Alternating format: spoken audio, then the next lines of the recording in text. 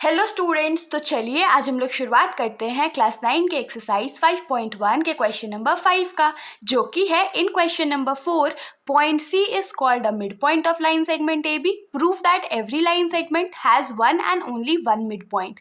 तो इस क्वेश्चन में हम लोगों को क्या बोला है कि पिछला क्वेश्चन जो हमने सॉल्व किया था क्वेश्चन नंबर 4, उसमें हमने क्या देखा था कि पॉइंट सी जो है वो लाइन सेगमेंट ए बी का मिड पॉइंट है। ये तो हमने प्रूव करके भी देखा था। जिन्होंने वो वीडियो नहीं देखी है आप लोग उसको मेरे प्लेलिस्ट में जाकर के भी देख सकते हो।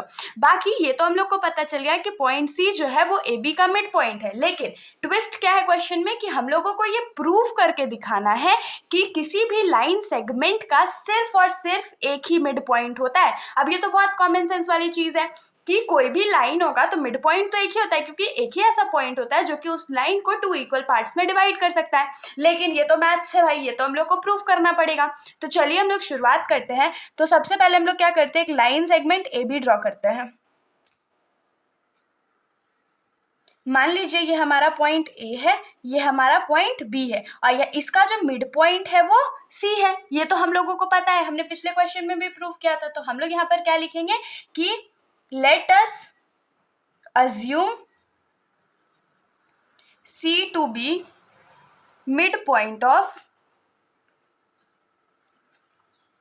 AB। तो हम लोग यहाँ पर क्या लिखे कि हम लोग ऐसा मान लेते हैं कि AB जो लाइन है उसका जो मिड पॉइंट है वो क्या है, तो C है। तो अगर C मिड पॉइंट होगा तो यहाँ से AB 2 इक्वल पार्ट्स में डिवाइडेड होगा, मतलब कि AC जो होगा वो BC के बराबर होगा। तो यहाँ से हम लोग क्या लिख सकते हैं, thus या therefore AC is equal to किसके बराबर हो गया, तो BC के बराबर हो गया।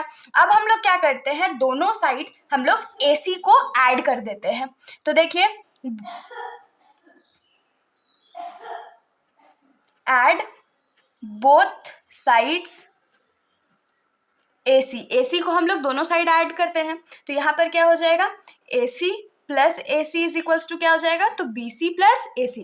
तो एक साइड हम लोग को क्या मिल गया, AC प्लस AC, और दूसरे साइड BC प्लस AC। तो AC प्लस AC क्या हो जाएगा, 2AC हो जाएगा, is equals to BC plus AC। तो BC प्लस AC कितना हो जाएगा, तो AB हो जाएगा। AB हो जाएगा ना। अब ये जो 2 इस साइड मल्टीप्लाई में है, अगर हम लोग इसको राइट साइड भेज दे तो वो डिवाइड में चला जाएगा। तो ये क्या हो जाएगा, AB डिवाइडेड बाई 2। और अगर हम लोग चाहे तो इसको कैसे लिख सकते हैं, AC is equals to half AB। तो यहाँ तक तो आप लोगों को समझ में आ गया। तो यहाँ से हम लोग क्या लिख लेते हैं, हम लोग इसको इक्वेशन नंबर 1 मान लेते हैं। अब आगे हम लोग क्या करने वाले हैं, आगे हम लोग ये अज्यूम करते हैं कि एक पॉइंट D है जो कि AB पे लाई करता है। मान लीजिए हमारा जो पॉइंट है D वो भी AB पे लाई कर रहा है, ये हमने अज्यूम कर रखा है। और हम लोग सोचते हैं ना कि D जो है वो एक अनदर मिड पॉइंट है AB के लिए, मतलब कि D जो होगा वो AB को 2 इक्वल पार्ट्स में डिवाइड करेगा। तो हम लोग यहाँ पर लिखेंगे let us assume that D is another mid point of AB। तो हम लोग क्या अज्यूम करते हैं कि D जो है वो एक अनदर मिड पॉइंट है AB के लिए। तो अगर D जो है वो AB का मिड पॉइंट होगा तो यहाँ से हम लोग क्या लिख सकते हैं कि AD जो है वो BD के बराबर होगा। तो हम लोग यहाँ लिखेंगे ना कि 10 हम लोग यहाँ से क्या लिख सकते हैं कि AD जो है वो BD के बराबर है। होप से इतना आप लोगों को समझ में आएगा। अब हम लोग इसमें सेम प्रोसेस रिपीट करेंगे, AD को जो है वो दोनों साइड ऐड कर देते हैं। तो अब आपके दिमाग में आ रहा होगा कि दीदी ऊपर आपने AC को ही ऐड किया था, नीचे आपने AD को ही ऐड किया, तो AD को क्यों ऐड कर रहे हैं या AC को क्यों ऐड कर रहे हैं। तो देखिए यहाँ पर जब हमने AC को ऐड किया था दोनों साइड तो क्या हुआ था, AC प्लस AC तो 2AC था, लेकिन जब AC और BC को ऐड किया था तो वो AB बन गया था ना। इसीलिए हम लोगों को है RHS इक्वल करना है। तो यहाँ पर अगर RHS हाफ AB है तो हम लोग AD क्यों ऐड कर रहे हैं नेक्स्ट वाले में, तो AD प्लस AD तो 2AD हो जाएगा, लेकिन AD प्लस BD क्या होगा, AB के बराबर होगा है ना। इसीलिए हम लोग उसको AD ही ऐड कर रहे हैं। तो हम लोग लिखेंगे एडिंग AD बोथ साइड्स। तो बोथ साइड्स हम लोग AD को ऐड कर देते हैं। तो यहाँ से हम लोग को क्या मिलेगा, AD plus AD is equals to BD plus AD। तो AD प्लस AD क्या हो जाएगा, 2AD हो जाएगा। लेकिन जब BD में हम लोग AD ऐड कर देंगे तो हमारा जो लाइन है वो AB के बराबर हो जाएगा। ये आप लोग चेक करके भी देख सकते हो। तो यहाँ पर से हम लोग क्या लिख सकते हैं कि AD इज इक्वल्स टू क्या हो जाएगा, AB डिवाइडेड बाई 2, क्योंकि 2 जो था वो लेफ्ट साइड में मल्टीप्लाई में था, जब वो राइट साइड जाएगा तो डिवाइड चला जाएगा। तो यहाँ से हम लोग को क्या मिलेगा, AD जो है वो हाफ AB के बराबर आया। यहाँ से ये इक्वेशन नंबर 2 हम लोग मान लेते हैं। तो देखिए इक्वेशन 1 में क्या था, AC हाफ AB के बराबर था और इक्वेशन 2 में AD हाफ AB के बराबर है। तो क्योंकि इन दोनों इक्वेशंस में हमारा जो RHS है वो इक्वल है, इसीलिए जो हमारा LHS होगा वो भी तो इक्वल होगा ना। तो चलिए हम लोग इसको फटाक से लिखते हैं।